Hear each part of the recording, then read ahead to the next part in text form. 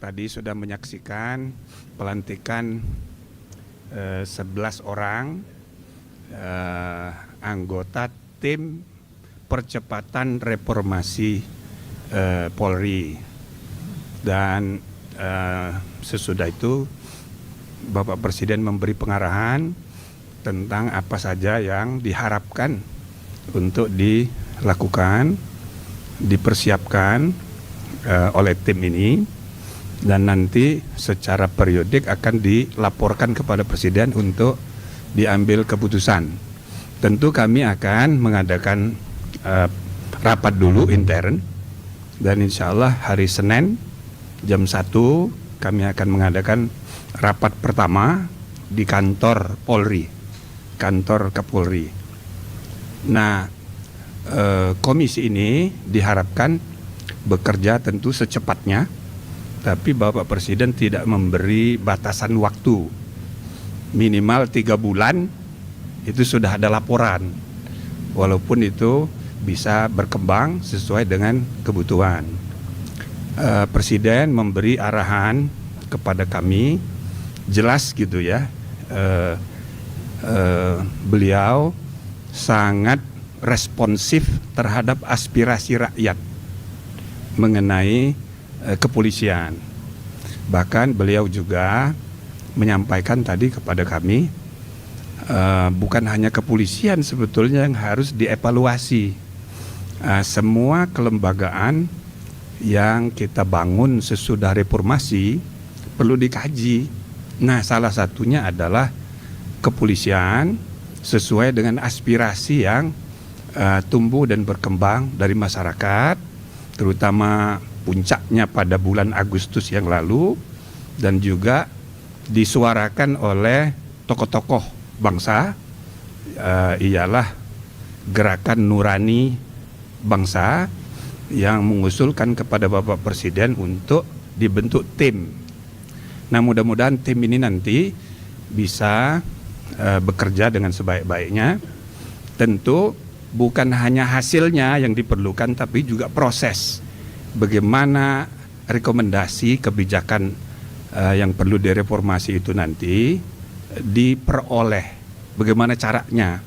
Jadi Bapak Presiden tadi memberi arahan supaya tim ini juga terbuka untuk mendengar aspirasi dari berbagai kalangan yang punya kepentingan, ya. Seluruh masyarakat kita punya kepentingan, karena polisi adalah milik rakyat, melayani rakyat, melindungi rakyat, mengayomi rakyat. Nah, karena itu Bapak Presiden mengarahkan supaya tim ini bukan merumuskan sendiri, kita juga mendengar.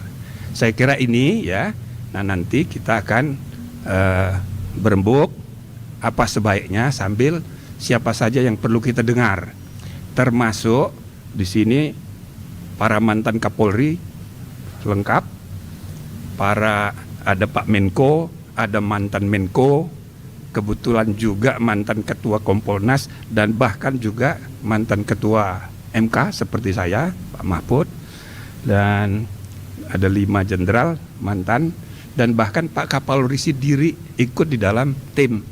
Sehingga antara tim ini dengan tim yang sudah dibentuk oleh Bapak Kapolri, mudah-mudahan ini saling menunjang. Dan tim yang ada di internal Polri kita anggap sebagai tim yang menggambarkan sikap responsif Pak Kapolri, ya kan, menanggapi aspirasi, segera tanda kesiapan internal kepolisian untuk bersikap terbuka untuk apa saja yang perlu diperbaiki, kita perbaiki. Nah, kalau yang tim internal mungkin perbaikan manajemen internal, tapi tim ini bisa saja ya memerlukan perubahan undang-undang. Tapi apanya yang perlu diubah, sistem yang harus kita perbaiki, nanti kami akan rembuk bersama sambil mendengar dari semua kalangan. Saya kira ini untuk sementara. Oke? Cukup? Pak Mahfud mau berangkat ke airport duluan. Cukup? Kalau ada mau pertanyaan 1-2 barangkali? Monggo, silakan.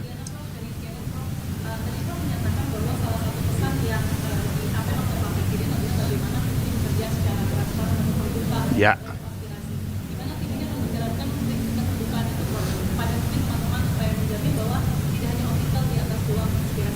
Ya, betul. Jadi intinya seperti tadi saya sampaikan, ini bukan hanya hasil rumusan. Kalau rumusan kami bisa kerjain sendiri-sendiri, pasti bagus-bagus. Tapi cara rumusan usulan kebijakan reformasi itu diperoleh itu penting.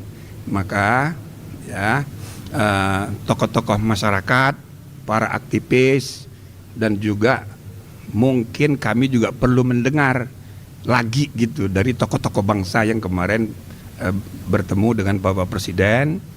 Dan lebih dari itu di medsos pun banyak sekali YouTuber yang mendiskusikan isu-isu ini. Kami bersikap terbuka untuk mendengarkan. Kalau nanti nggak bisa dibuat forum khusus, ya paling tidak kami akan rajin untuk mendengarkan di YouTube. Tapi ini nanti akan kami susun apa saja, siapa saja yang forum seperti apa yang perlu kita adakan. Insya Allah kita akan terbuka.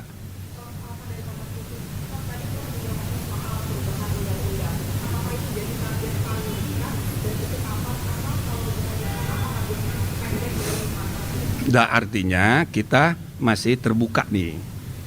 Jadi ide-ide untuk perubahan, perbaikan apa saja itu nanti. Bila mana perlu itu terpaksa mengubah undang-undang. Gitu kira-kira. Jadi tim ini, tim hebat ini.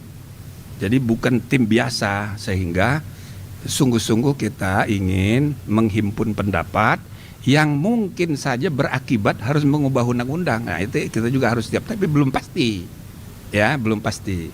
Yang jelas sekali lagi saya ingin sampaikan Bapak Presiden tadi pikirannya itu bukan hanya untuk polisi yang harus dievaluasi semuanya.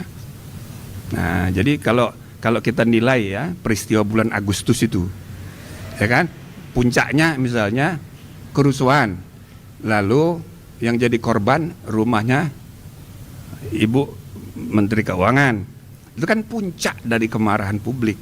Nah, itu sudah dijawab oleh Bapak Presiden dengan diangkatnya menteri baru, dengan paradigma berpikir baru.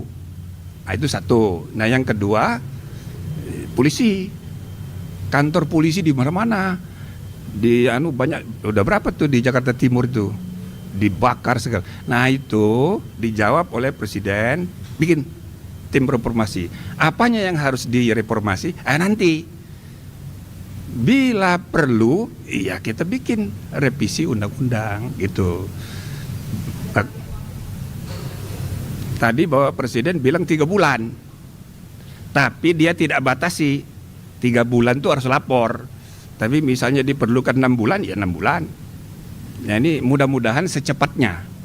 Ya, kami berharap masing-masing punya kesibukan, dan soal ini soal yang sangat serius dan cepat harus direspon dengan efektif. Kalau misalnya 3 bulan selesai, ya insya Allah selesai.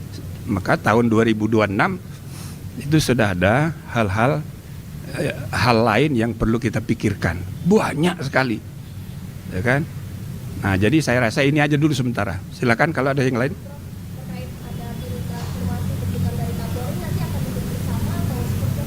Saya rasa itu tidak perlu dipertentangkan. Seperti tadi saya sampaikan, ini menggambarkan sikap responsif dari Kapolri dibentuk untuk menunjukkan siap untuk ya mengadakan perbaikan bila mana diperlukan. Dan yang kedua, saya rasa ya, meskipun tim ini mantan Kapolri banyak yang memahami betul dengan kearifannya, mungkin perlu juga nanti kami dengar sendiri dari tim internal, ya, perwira-perwira yang sedang mengalami problematika di internal, itu perlu kami dengar juga. Tapi lebih dari itu, Pak Kapolri sendiri ikut di dalam tim ini. Bahkan Senin besok pertemuan kami pertama, insya Allah akan diadakan di Mabes Polri. Ya, itu sekaligus kita mau dengar dari intern. Oke, cukup. Oke ya, terima kasih. Assalamualaikum warahmatullahi wabarakatuh. Cukup.